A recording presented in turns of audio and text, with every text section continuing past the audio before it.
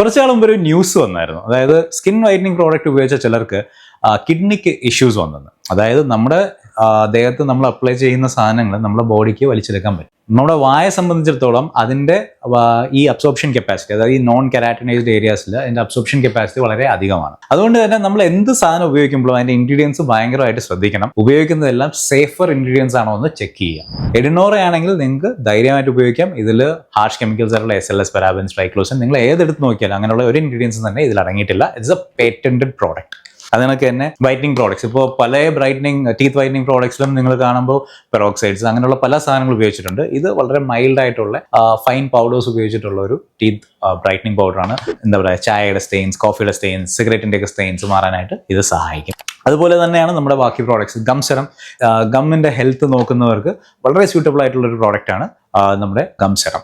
ഇതുപോലെ തന്നെ എഡിനോറയ്ക്ക് ഇപ്പോൾ ഒരു wide range of personal care പ്രോഡക്ട്സും ഉണ്ട്. എന്താ പറയുക, അണ്ടർ ആം ബ്രൈറ്റനിങ്, പിന്നെ shower gel, face wash, hair serum, അതായത് after shower hair care serum, ഇങ്ങനെയുള്ള ഒരുപാട് പ്രോഡക്ട്സ് ഉണ്ട്. ഇതെല്ലാം തന്നെ സേഫ് ആയിട്ടുള്ള ഇൻഗ്രീഡിയൻസ് കൊണ്ട് മാത്രമേ നമ്മൾ നിർമ്മിച്ചിട്ടുള്ളൂ. അപ്പോൾ ഇപ്പോൾ ട്രൈ ചെയ്യാവുന്നതാണ്. എല്ലാ പേഴ്സണൽ കെയർ റേഞ്ച് പ്രോഡക്ട്സിനും 50% ഓഫ് നമ്മൾ ഇട്ടേക്കാണ് വളരെ കുറച്ച് ദിവസത്തേക്ക്. അതിൽ മൗത്ത് വാഷ് സ്റ്റോക്ക് ഔട്ട് ആയി കഴിഞ്ഞു. അപ്പോൾ വളരെ ലിമിറ്റഡ് സ്റ്റോക്കിന് നമുക്ക് കൊടുക്കാൻ പറ്റത്തുള്ളൂ. അപ്പോൾ ഇപ്പോൾ മേടിച്ച് ട്രൈ ആവുന്നതാണ്. അതിനൊക്കെ തന്നെ നിങ്ങൾക്ക് ഇപ്പോൾ ഒരു പേഴ്സണൽ കെയർ പ്രോഡക്റ്റും ഒരു ഓറൽ കെയർ പ്രോഡക്റ്റൂടെ ക്ലബ് ചെയ്യണമെങ്കിൽ അങ്ങനെയും കോംബോ ഓഫേഴ്സ് അവൈലബിൾ ആണ്. അപ്പോൾ മേക്ക് മോസ്റ്റ് ഓഫ് ഇറ്റ്.